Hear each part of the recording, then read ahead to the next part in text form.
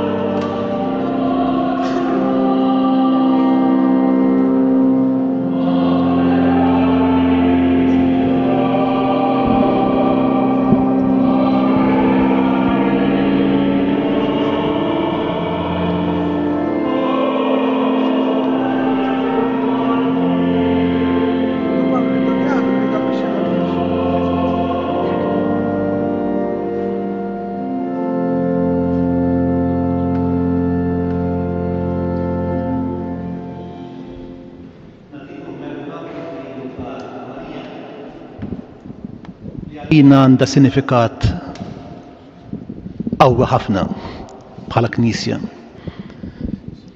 Kif tafu ltqajna hawn għaliex għandna magħna l-Nunzju illi sejjer jikkomunikalna uffiċjalment il-magħżul biex ikun l-isqof tagħna. Nixtieq li din tkun talba u allura nagħtu bidu għal dan il-moment fl-isem tal-Missier, tal-Iben, tal-Ispirtu Santo. Amen. Eccellenza, le do il benvenuto a nome di tutti noi, di tutta la Chiesa, e la parola è sua.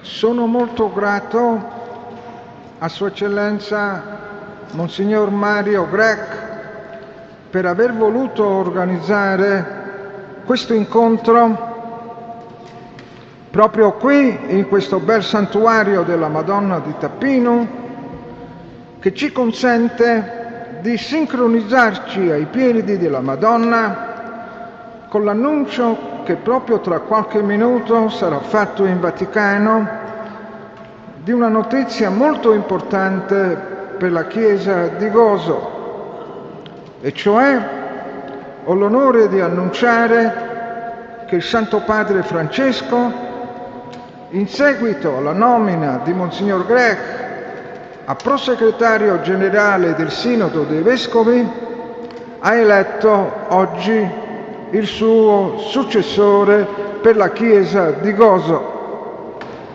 La persona scelta è un ecclesiastico che voi conoscete bene, figlio di questa terra, stimato e benvoluto da tutti per le sue distinte doti umane e pastorali.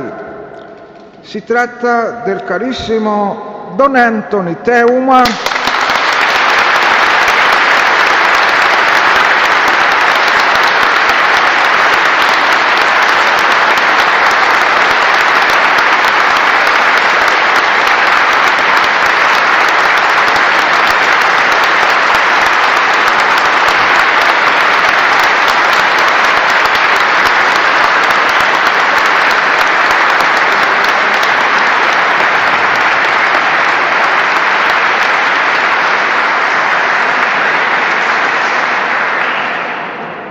Don Anthony Teuma, finora delegato episcopale per la pastorale familiare e direttore dell'Istituto diocesano per la famiglia, al quale vanno le nostre più vive felicitazioni.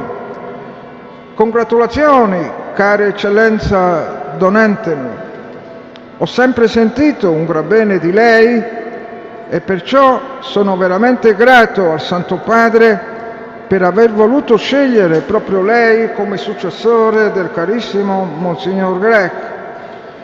Questo ci consente di guardare con fiducia al lavoro che ci attende nel contesto delle sfide pastorali che la Chiesa di Dio qui in Gozo sta affrontando in questi momenti delicati.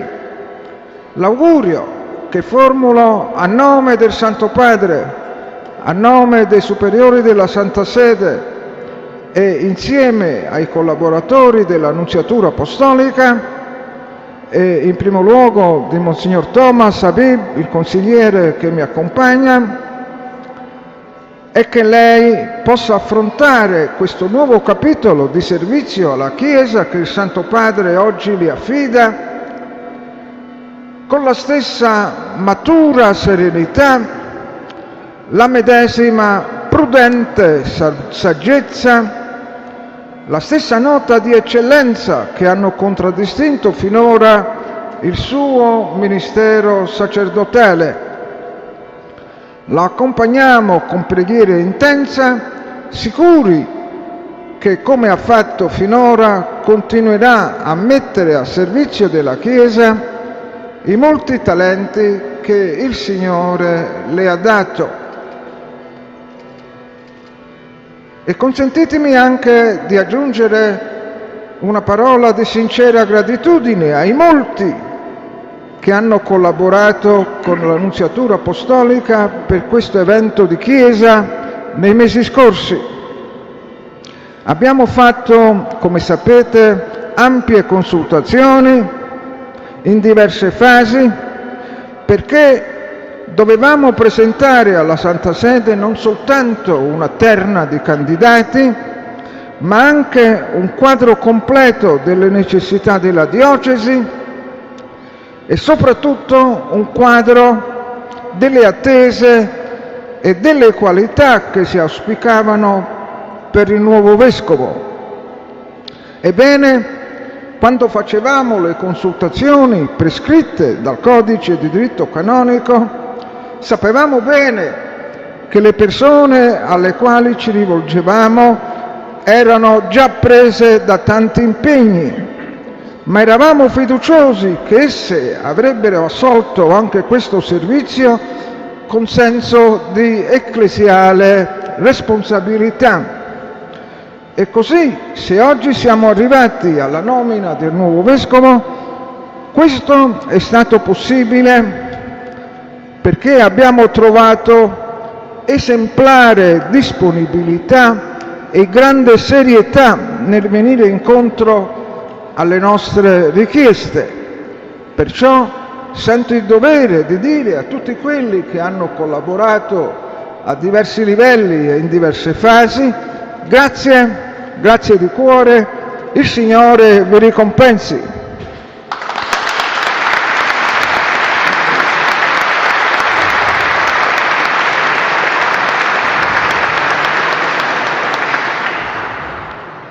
Ora, con la nomina di Monsignor Teuma, Monsignor Grech resterà amministratore apostolico fino alla presa di possesso del nuovo vescovo. Ancora un po' di pazienza, cara eccellenza, speriamo 2 o 3 mesi e possiamo chiudere anche questo capitolo. Poi lei potrà dedicarsi a tempo pieno al suo importante ufficio in Vaticano, a contatto diretto con il Santo Padre e al servizio dell'Episcopato sparso per il mondo. Caro Monsignor Mario, mi consenta di dirle che questo da una parte ci inorgoglisce e credo che siete d'accordo tutti voi, perché è bello vedere un gositano in posizione di così alta responsabilità ecclesiale.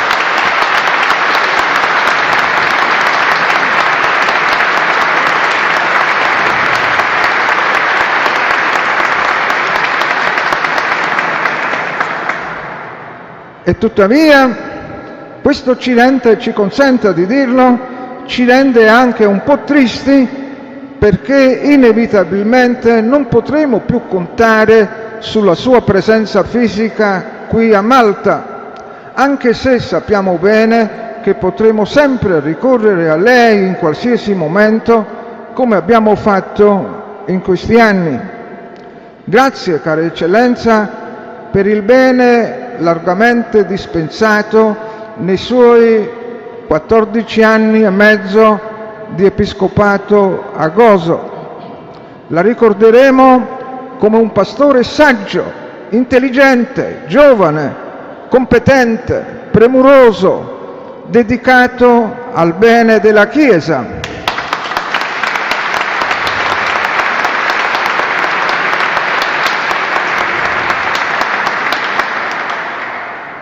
Personalmente la ricorderò specialmente per la fraterna vicinanza con la quale mi ha sempre accompagnato nel mio servizio di rappresentante pontificio nella Repubblica di Malta.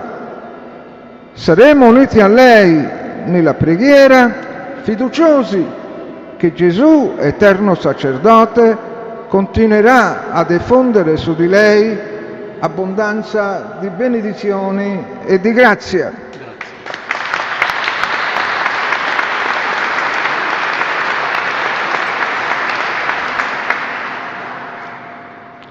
Last but not least, consentitemi anche un piccolo chiarimento, perché, come spesso succede in questi casi, so bene che i tempi trascorsi, dico 8 mesi, i tempi trascorsi per la nomina del nuovo vescovo ad alcuni è sembrata un po' lunga.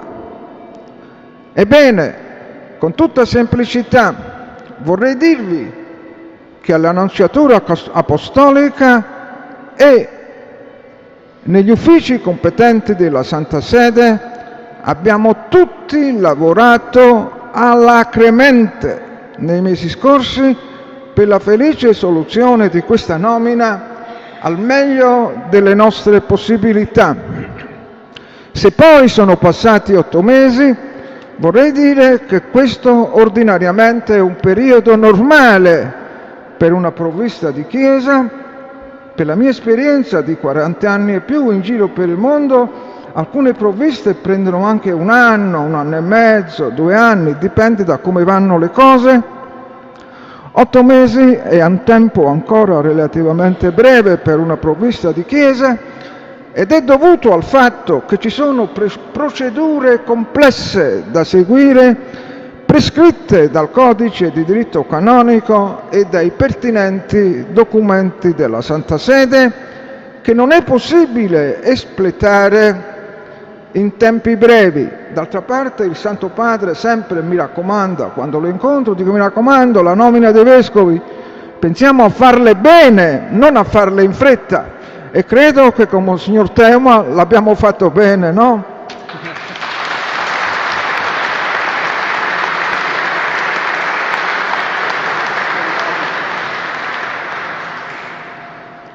Di nuovo grazie a tutti e di nuovo complimenti specialmente a lei, cara eccellenza Monsignor Teuma.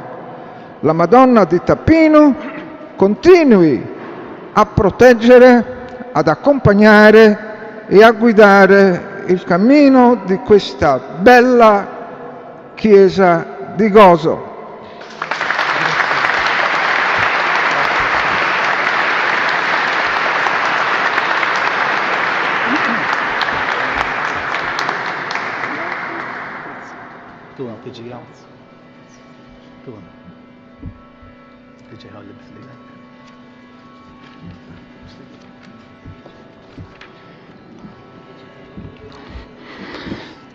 Issa li għanna il-nomina uffiċjali sejjer nati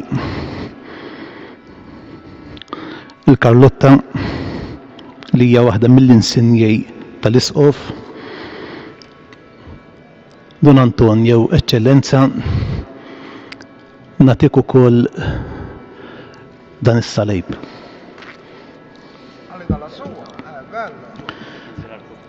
Minuta.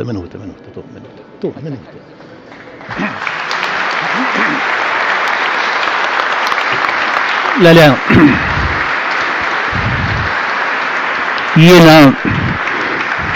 Jiena niftakar li kważi 15 sena ilu meta sejjaħ lin-nunzju ta' dakinhar għalli issa int parti mill-kulleġġ apostoliku, jien laqqas fimta dejk.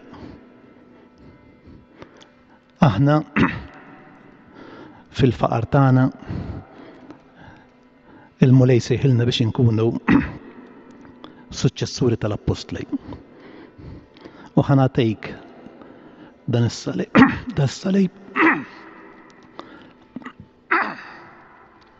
bħala sinjal biex li qed ngħaddilek is-suċċessjoni.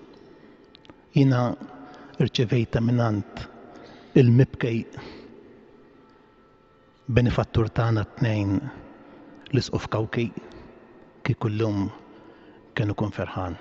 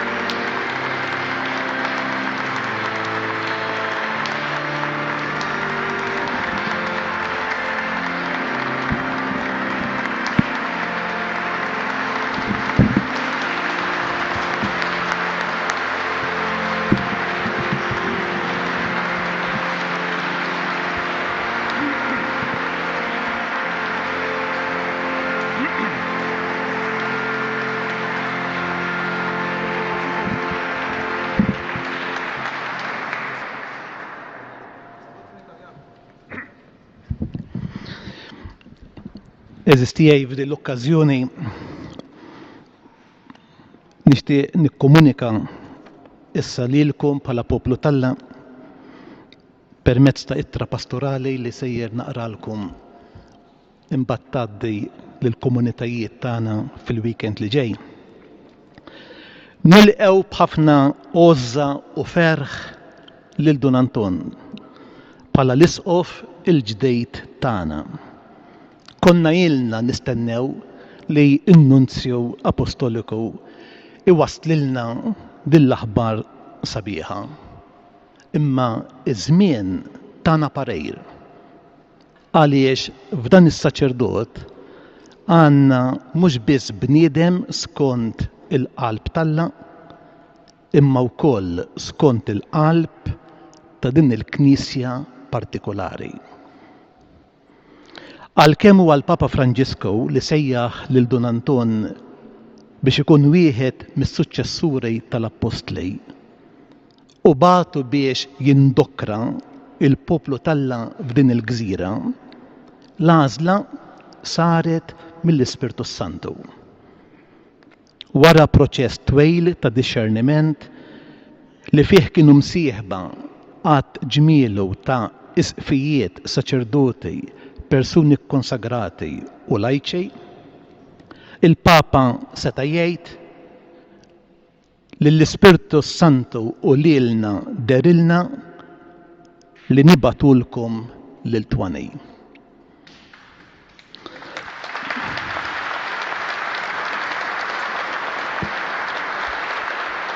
Minn dak li naf dwar Don Anton inħossni komdu niddeskrivih bħala bniedem li jiddedika ħajtu għall-isem ta' Ġesu Kristu. B'din il-frażi misluta mill-littra li kitbu l-Apostli fil-Konċilju ta' Ġerusalem qiegħed ngħid kollox.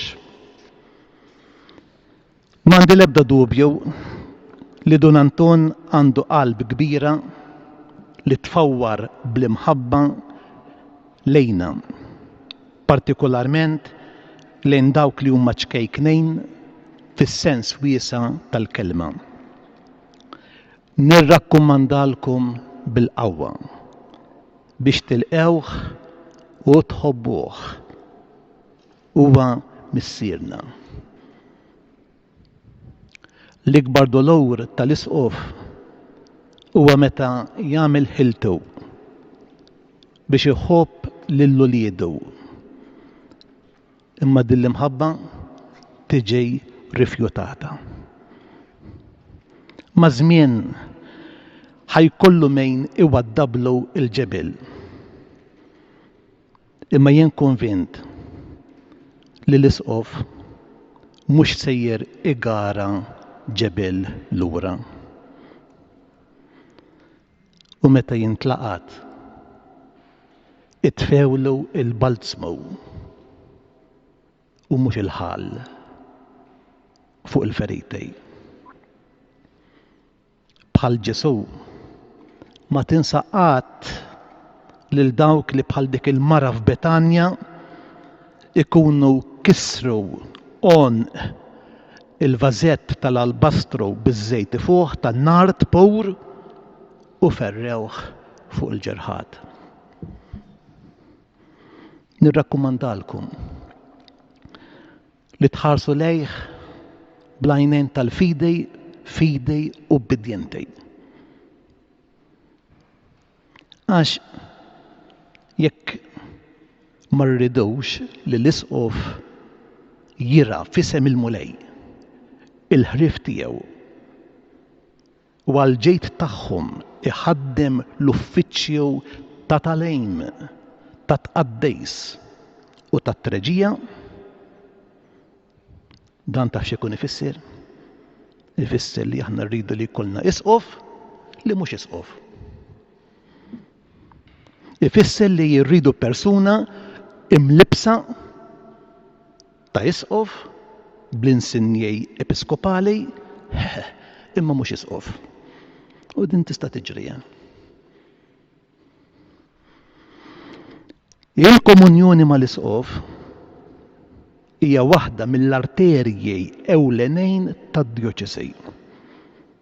Tinqata' din l-arterja u l-ġisem ikun friskjej kbar.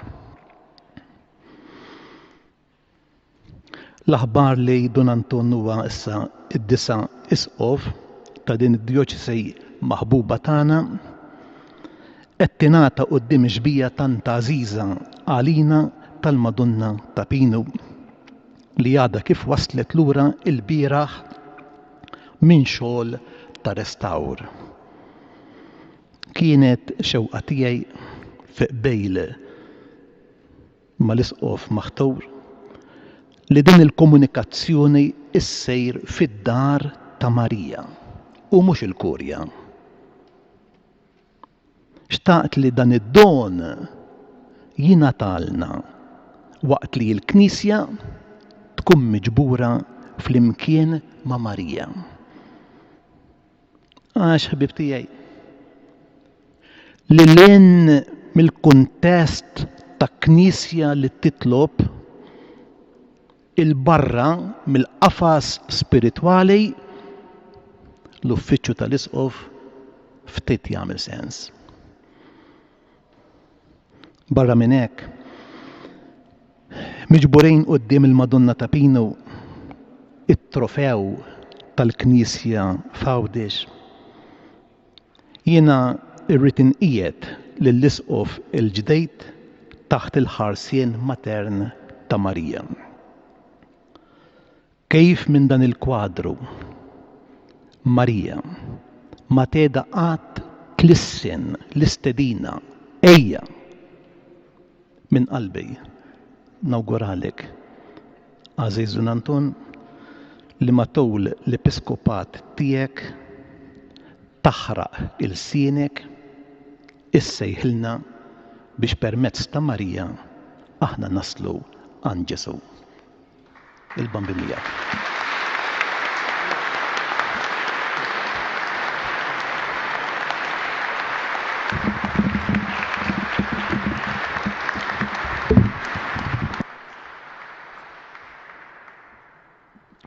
Naħseb li l-ħin tal-ikel wasal u xek, allura mhux se ntawwal ta' Eċċellenza Monsignor Alessandro Del Rico, il-Nunzju tagħna, Eċċellenza Monsignor Mario Grek, se mi permetto dico una parola in maltese, poi magari traduco, sì, va bene, sì. Eżies ħuti fis-saċerdozju, ħuti saċerdoti, eżies ħbieb, ħuti bħala ansara. Nixtieq hekk ngħid xi ħaġa waħda biss, ma preparajtx prietki, ma preparajtx karti, hekk qegħdin fid-dar ta' Marija, omna ta' Pinu. U kemm ilni hawnhekk bil-qiegħda hekk b'daw l-emozzjonijiet kollha li wieħed jista' jħoss bħalissa, hekk ftakart kemm il-darba jien u kemm il-darba kull saċerdot li hawnhekk żgur ġejna hawnhekk inxerdu l-inkwiet tagħna ma' Marija.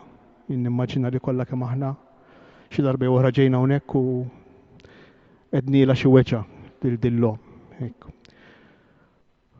U allura naħseb li dan it-tempi din id-dar kif qalilna l-isqof Mario Grek għandha sinifikat importanti għalina s-saċerdoti ma mhux biss għall-insara kollha kemm aħna. Ukoll ħafna minna s-saċerdoti bħalissa infakru l-anniversarju tal-ordinazzjoni. U żgur li kull wieħed u kull waħda minna jekk inħarsu lura lejn dak li għamilna b'sentimenti jistgħu jkunu ta' il-ħajr. Naħseb jiġu snejn sentimenti ta' dwejjaq, nimmaġina. Kultant sentimenti ta' rabja. Jekk nimmaġina li dawn huma sentimenti li nġorru aħna s-saċerdoti bħalma jġorru kulħadd. Imma nerġgħu niftakru żgur f'dawn il-momenti fil-ferħ li ħassejna dakinhar tal-ordinazzjoni. U jiena sinċerament hekk naħseb ix-xewqa tiegħi kbira hi li l-koll flimkien, kollha flimkien. Din ix-xewqa, din dan il-ferħ tal-ordinazzjoni, hekk ma ngħixuhx hekk b'nostalġija, ma ngħixuh hekk fil-ħajja tagħna ta' kuljum. Naħseb li għandu jkun wieħed mit-targets mhux tiegħi jew waħda ma nagħmel xejn. Imma tagħna kollha flimkien biex imbagħad il-ferħ tagħna hekk dan l-entużjażmu għall persuna ta' Ġesu u għall-kelma tiegħu, naħseb li mbagħad ngħadduh b'xi mod lill-insara ħutna hekk li jenuna. Jiġifieri aħna maħniex l-uniċi aġenti tal-kelma tal-la jew tal-fidi, imma żgur li kollha kemm intom tgħiduli kemm tallimna l-koll flimkien. Aħna saċerdoti mingħand il-lajċi, in-nejt għalija kontinwament nitgħallem, kontinwament mingħand il-lajċi, u jalla dan ikun l-atteġġament tagħna l-koll. Vorrei ringrazzjare Sua Eccellenza Monsignor De Rico e anche Sua Eccellenza Monsignor Mario Grech. Vorrei ringraziare Monsignor De Rico per il processo lungo, non perché la conclusione è stata poi la mia nomina, diciamo, no, ma per il fatto anche quello. Però per il fatto di aver lavorato così sodo, così tanto per la diocesi di Gozo. E questo penso che siamo tutti grati per questa cosa. Se devo dire una cosa, ecco, io ho in mente, ecco, anzi, di lavorare tutti insieme. Ecco, non mi piace dire io, lavoriamo tutti insieme per il regno, no? Per il regno di Dio, ecco, su questa amata isola, ecco, su Gozo. E poi vorrei ringraziare anche Don Mario, permettetemi di chiamarlo Don Mario, per tutto quello che ha fatto in questi anni. Ecco, forse io ero il primo di non essere così tanto grato per tutto quello che lei ha fatto, lei ha faticato, che lei ha, ecco, lavorato, elaborato, no? Quindi è tutto un lavorio, no? Per condurre, ecco, il popolo di Dio, no? Dietro l'unico pastore che è Gesù. E vorrei ringraziare anche Monsignor Habib, che l'ho trovato veramente come Habib, come amico, ecco, che è il segretario del Nunzio. Ecco, ringrazio tutti voi e speriamo che, ecco, sia, ecco, una continuità, una continuazione del bel lavoro pastorale già cominciato da Monsignor Cauchi dopo il concilio, che, ecco, come dice Don Mario, ecco, sono molto grato a Nicola Cauchi, che, ecco, lo sento veramente come un altro padre che il Signore mi ha dato nella mia vita. E poi, ecco, il lavoro continuato, anzi rinnovato, molto migliorato da Monsignor Mario Grech. Grazie.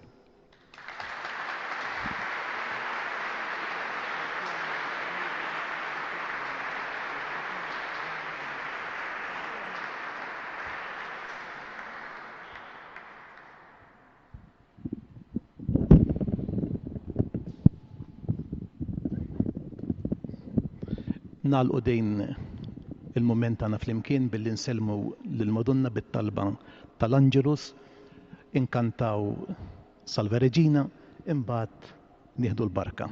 Tajjeb?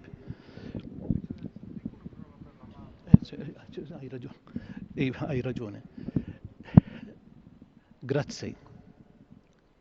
Għax quddiem għandna il-familja ta' l-Isqofelet.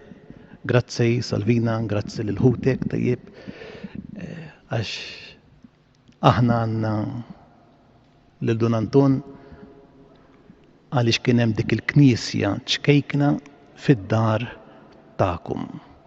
Jien niftakru kol f'dal-moment f'missierek, f'Kristu, tajjeb. Skużawni, grazzi mill-qalb, grazzi l-kulħadd. Ikollna momenti oħrajn fejn flimkien nirringrazzjaw lill-bambin. Ngħidu l-Angelus, reċitjamu l-Angelus. Fl-isem tal-Missier, tal-Iben, tal-Ispirtu Santu, amen. Ton tgħidu bin. L-Anġelu tal-Alla ħabbar lil Marija. Slima lik Marija bil-grazzi mimlija, Sinjur miegħek, imbierka inti fost in-nisa, imbierk il-frott tal-ġuftijek Ġesu.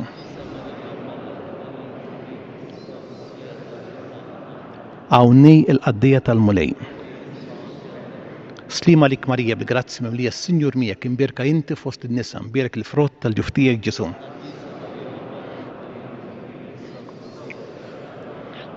U l-iben tal-Alla sar bniedem.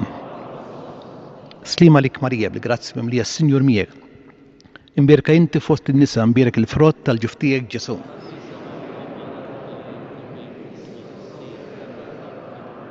Itlob għalina qaddis Alla. Xerret nitolbuk mulej fi qlubna l-grazzja tiegħek. partikolarment fuq l-isqofelet. Biex aħna li bitħabbira tal-Anġelu għarafna li Kristu ibnek sar bniedem bil-passjoni bil-mewt tiegħu naslu għas-seb tal-qawmien bi Kristu Sidna. Glorja l-Missier li benu l-Ispirtu Santu. Glorja lill-Missier lill-Iben u lill-Ispirtu Santu. Glorja lill-Missier lill-Iben u lill-Ispirtu Santu. San Giuseppe ta' qalb safja, għatihom u mulej il-mistrieħ ta' dejjem, jistriħu fi sliem.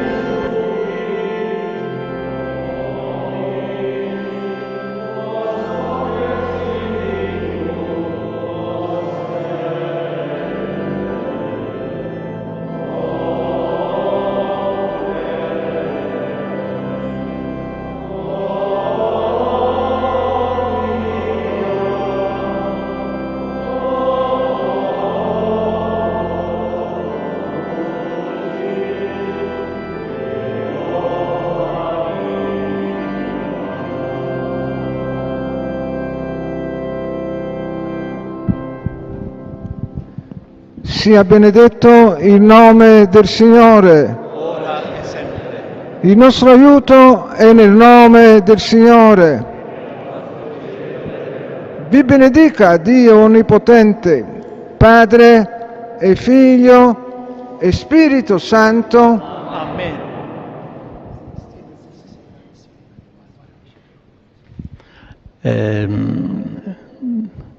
Nistieden l-ħuti fis-saċerdozju biex wara nistgħu nsellmu l-isqof maħtur u nbillu ftit griżmejna flimkien.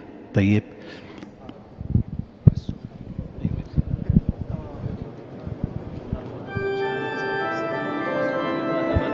Vada,